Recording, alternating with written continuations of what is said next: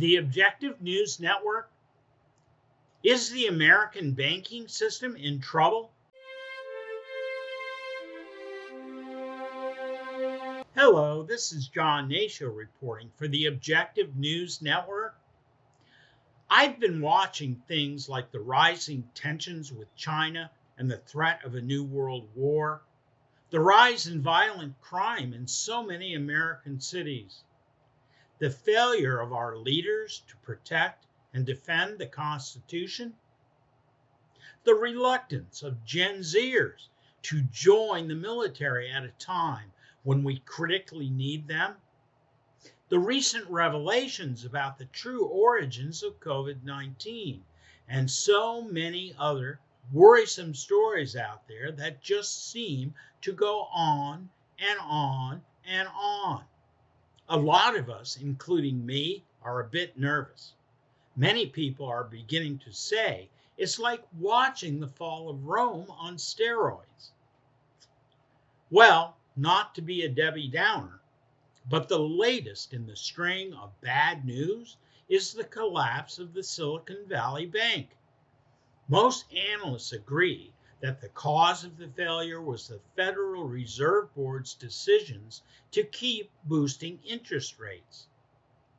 You see, in the good old days of no interest rate hikes, the Silicon Valley Bank turned to the purchase of U.S. government securities.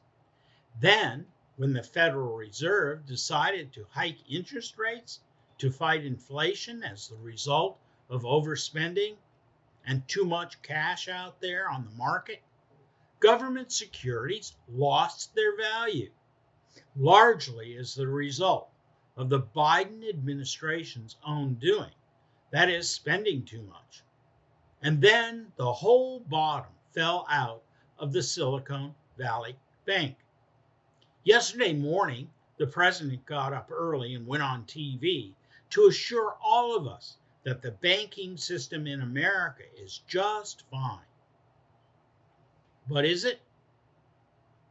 Everything seems just fine about what Janet Yellen is doing to curtail the banking crisis until you begin to ask some of the harder and deeper questions. There are supposed to be bank stress tests in place after the Lehman Brothers collapse of September 2008. Does Janet Yellen mean to tell us that SVB was not subjected to these tests before the Federal Reserve Board started the process of increasing interest rates in an attempt to stop soaring inflation rates that were caused in the first place by massive government overspending?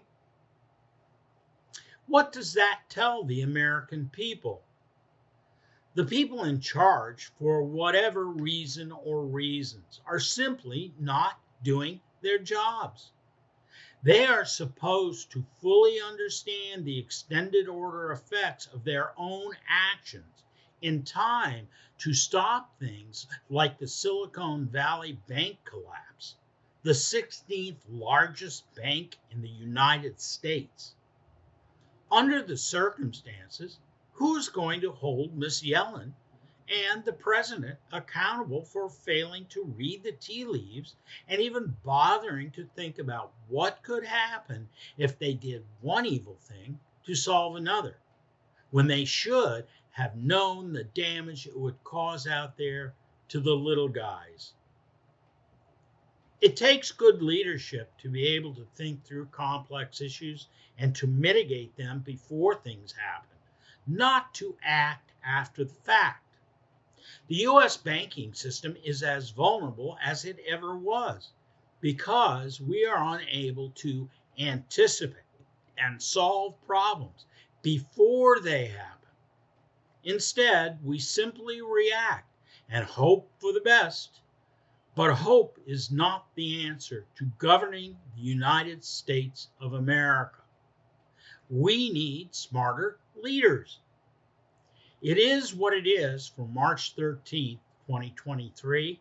This is John Hnatio reporting for the Objective News Network. Please subscribe and tell your friends, family, and colleagues about us. We're here to provide you with an honest and objective take on the news of the day so that you can positively influence the American scene. See you the next time, and thank you so much for watching.